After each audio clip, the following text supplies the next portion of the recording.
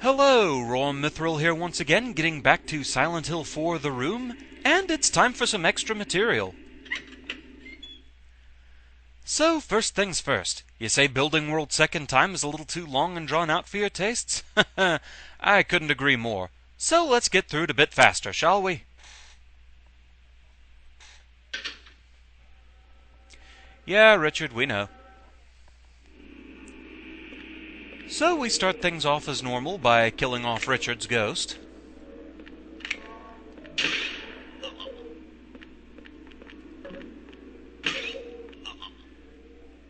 With that taken care of, we'll just go ahead and switch back to the axe.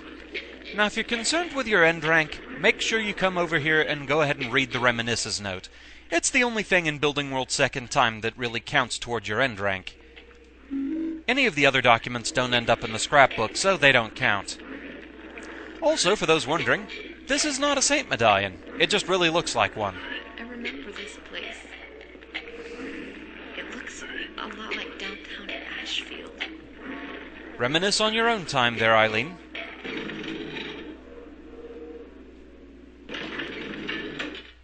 So with that, it's down to the bottom floor with us.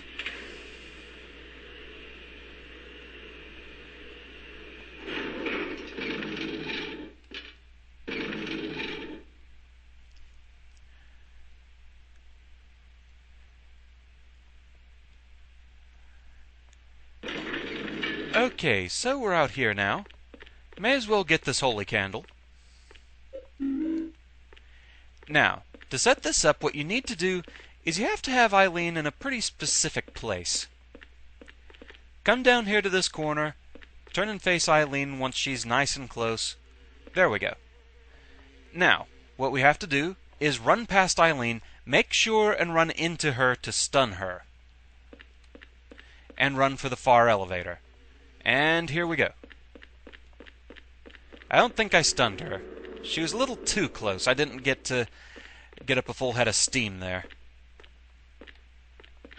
There we go. So if all goes well, I should have left her behind. Perfect. Now from here, we go down the ladder, and we start going like we're on our way to Bar Ashfield, which actually we are. Just ignore the tremors. Fight through the white stools.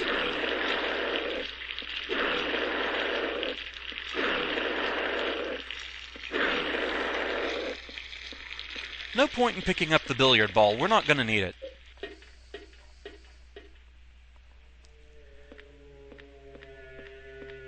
So now we come this way. Technically, though we're on opposite sides of the fence here, Eileen is in the same room as we are. We should be able to see her after this cutscene, which, thankfully, we can just skip it. Yeah, there she is over there. So, we're just gonna go on ahead. Don't mind us. Note that going to the next room, we're not separated by a door, but just this open breezeway. Hey, Eileen! Yeah, the game engine does not know how to handle that situation.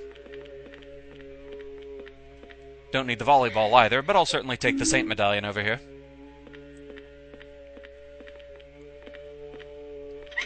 So, we've gotten Eileen all the way to the bar area without having to worry about opening the door of time and doing the whole 4 Reminisces thing. Freaking wheelchairs.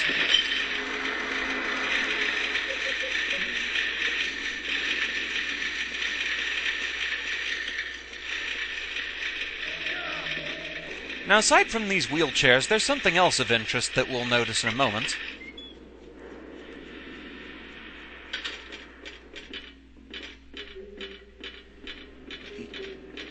Yeah, in the main playthrough, when we brought Eileen down here, there were gumheads and Hummers.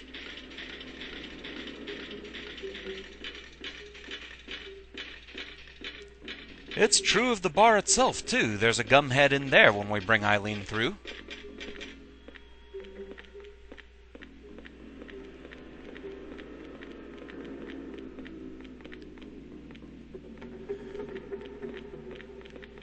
Right through here. And yet, not a gumhead in sight. Oh, okay, there is one other note you need to read, this one. The one telling you about the new passcode. But anyway, yeah, no gumhead in here. All the monsters that are in the way when you're coming through here with Eileen, they're triggered by opening the door of time, so if you don't open it, you don't have to worry about them. Amazing. So the code itself never changes, 4890.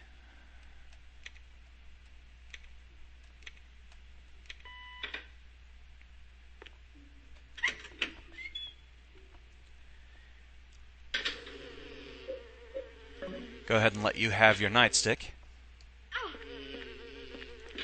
Interestingly enough, I was experimenting on this trip through the game by letting Eileen usually have her weapons and taking her along with me instead of leaving her behind, and I think overall she's ended up healthier, and that even includes the fact that Walter purposefully took a few shots at her.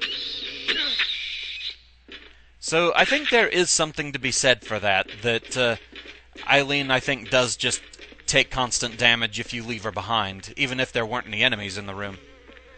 They really want you to take good care of her instead of just leaving her behind. It's a bit counterintuitive. You'd think just leaving her behind would leave her safer, but apparently not.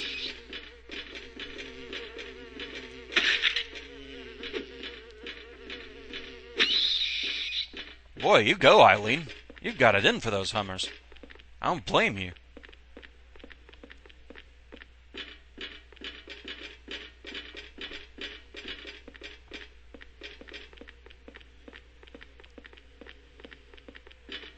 So yeah, this part is still long and drawn out. Silent Hill and its love of long staircases.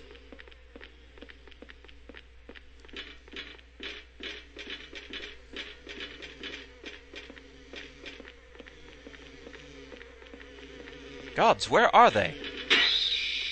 Oh, there at least was one of them.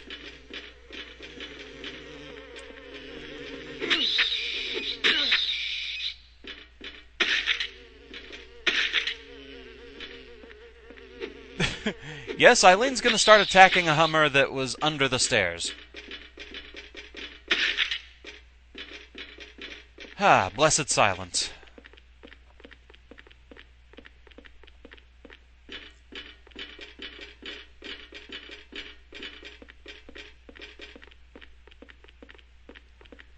Another first aid kit, lovely.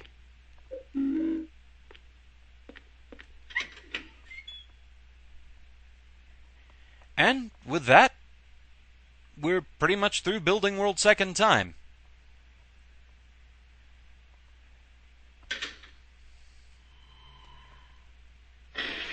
All that's left is fighting the one truth, and we know how pathetic it is, so why bother? Just an interesting little thing. It's beautiful how well that works, and it saves a lot of time. You can even fairly use that and still go for a 10-star end rank if you want. It cuts out a lot of time. That's just just a ridiculous oversight on the part of the game engine. I love it.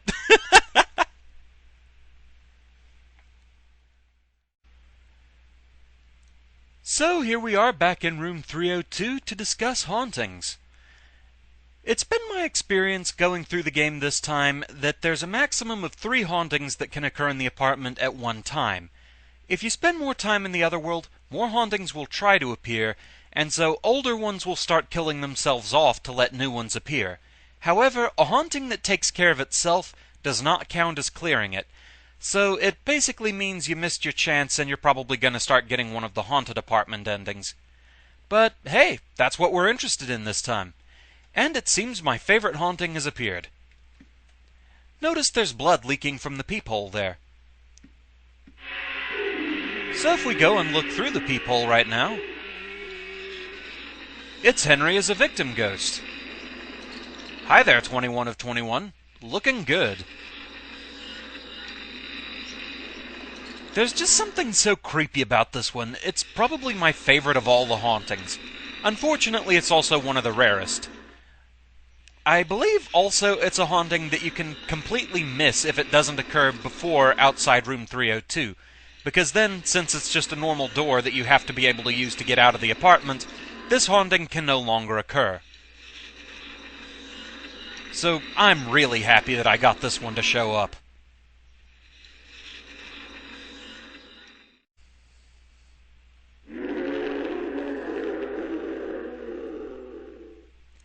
And I bet you have a beautiful singing voice. So here's another of the hauntings that I've missed, and this is actually the first time that I've ever seen this one, the Walter portrait. It replaces a photograph that's over this dresser in the bedroom. And yeah, of course it hurts if you get near.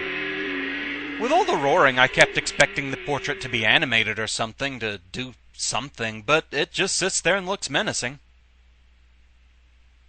This one is apparently super rare. I've never even seen this haunting in a video, much less in my own game, so there it is.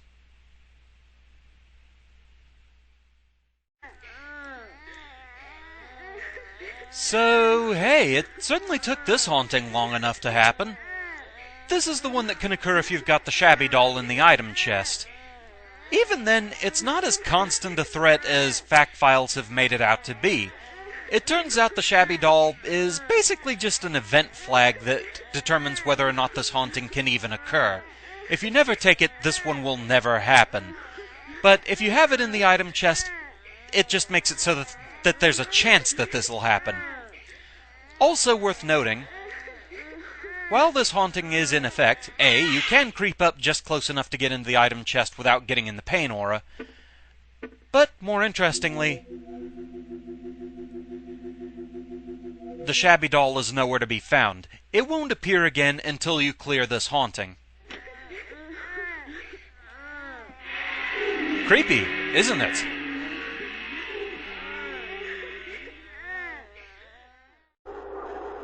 I'm always watching you.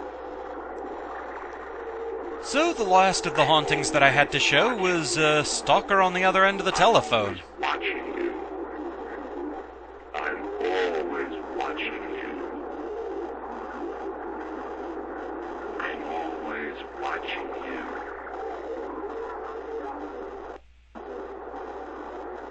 I'm always watching you. Well, that's nice to know, isn't it? I'm always watching you.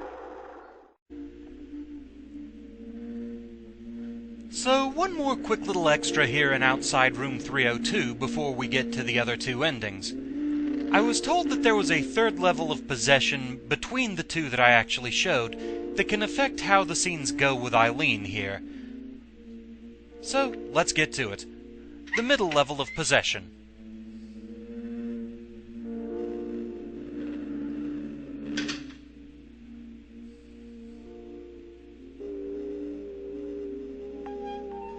Eileen?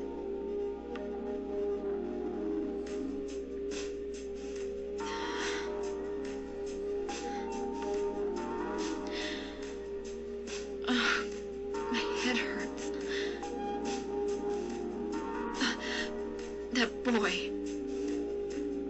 He's coming in.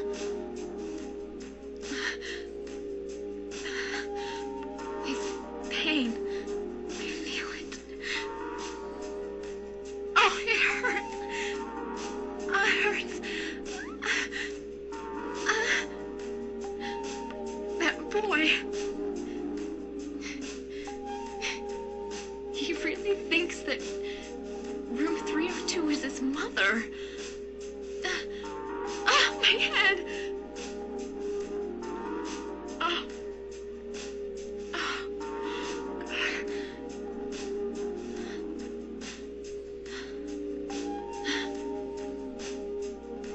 I've got to help him.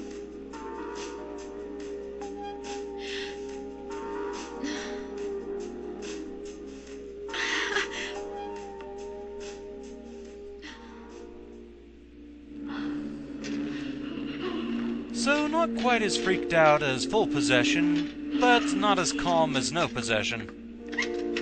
So we're pretty close to the other scene that this affects, so let's go ahead and get that out of the way too.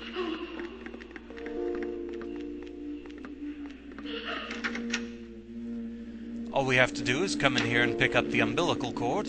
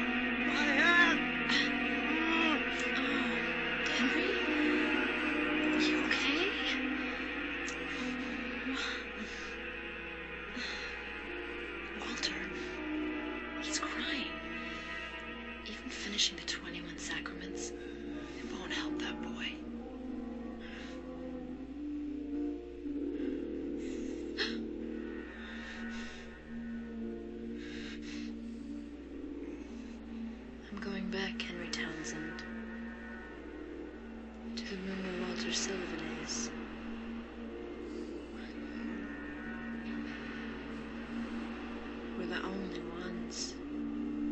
The only ones who can stop him.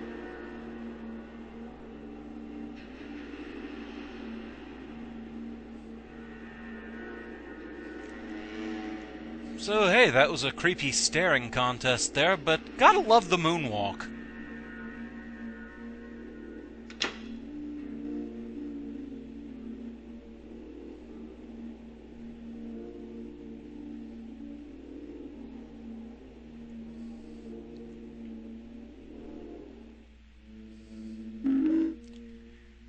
And so, there we go. All 3 levels of possession.